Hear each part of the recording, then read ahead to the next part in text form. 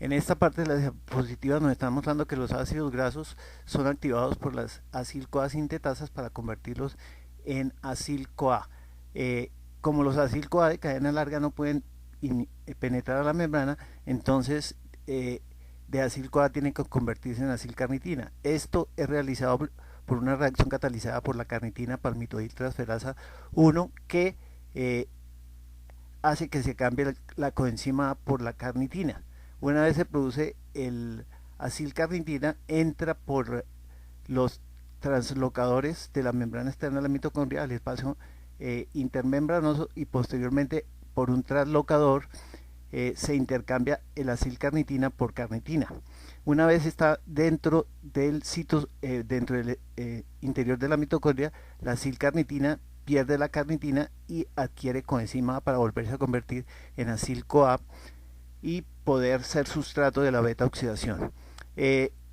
Esta reacción de acil-CoA con carnitina para producir acilcarnitina y coenzima A es una reacción fácilmente reversible. Esta reacción es regulada, entonces perfectamente podría darse en ambos sentidos. Para evitar que se dé en ambos sentidos, entonces un intermediario de la síntesis de ácidos grasos que veremos luego es el malonil-CoA. Entonces cuando se produce malonil-CoA, porque las condiciones metabólicas lo determinan, el malonil-CoA se convierte en un inhibidor de la carnitina palmitoiltransferasa 1. ¿Para qué? Para que no haya entrada de ácidos grasos para la beta oxidación, sino que se le dé prioridad a la síntesis de ácidos grasos. En esta parte de la diapositiva entonces nos está mostrando las 4 reacciones básicas de la beta oxidación. Tenemos un ácido graso de 16 carbonos que sería el ácido polmítico, el carbono 1, el carbono alfa y el carbono beta. Se llama beta oxidación porque hay oxidaciones del carbono beta. Entonces el primer paso es una deshidrogenación catalizada por una acil-CoA deshidrogenasa.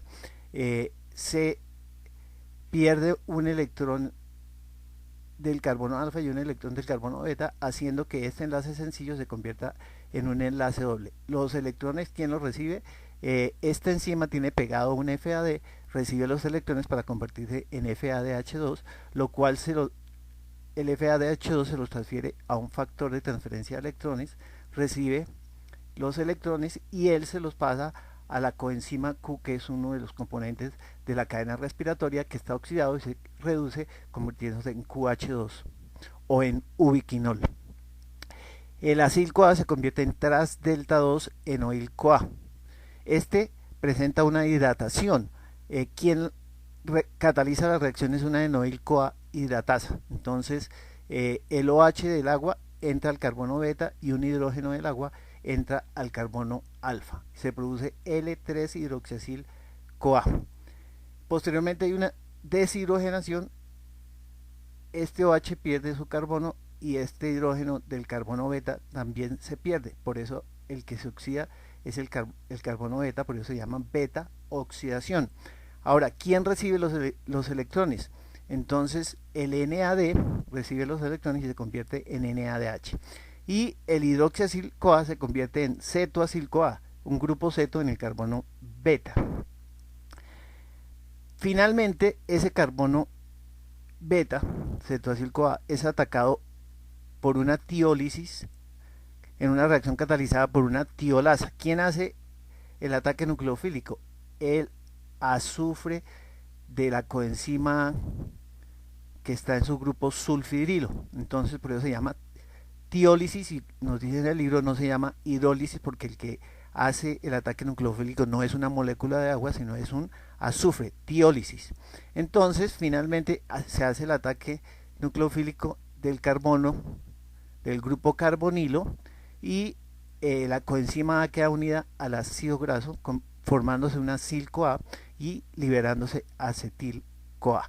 Esto se repite cada 2 carbonos. Este ciclo de 4 reacciones se repite liberando en cada reacción 2 carbonos en forma de acetil-CoA. Es decir, finalmente un ácido graso como el ácido palmítico que tiene 16 carbonos termina produciendo 8 moléculas de acetil coenzima A.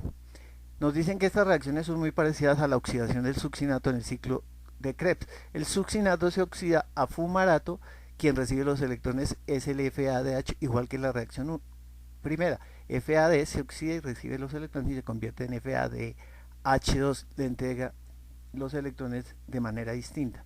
El fumarato posteriormente se hidrata, convirtiéndose en malato, y el malato, entonces esta es la reacción 2, y el malato se oxida, reacción 3, quien recibe los electrones son el NAD para convertirse en NADH, y el malato se convierte en oxaloacetato.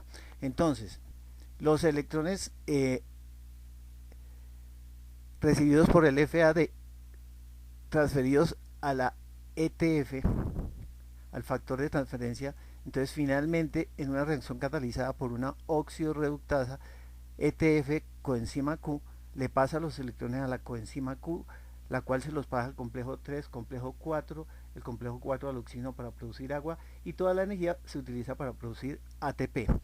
En el caso del ciclo de Krebs, aquí la enzima es la succinato deshidrogenasa, entonces la succinato deshidrogenasa tiene pegado el FAD, entonces una óxido reductasa que transfiere de la succinato deshidrogenasa a la coenzima Q, le pasa los electrones a la coenzima Q complejo 3, complejo 4, oxígeno para producir agua, y la energía se utiliza para producir ATP. Y los electrones recibidos por el NAD en esta reacción y en esta reacción se pasan al complejo 1, el complejo 1 se lo pasa a la coenzima Q, complejo 3, complejo 4, oxígeno para producir agua, y toda la energía se utiliza para sintetizar ATP. En esta parte nos están explicando en detalle esta reacción.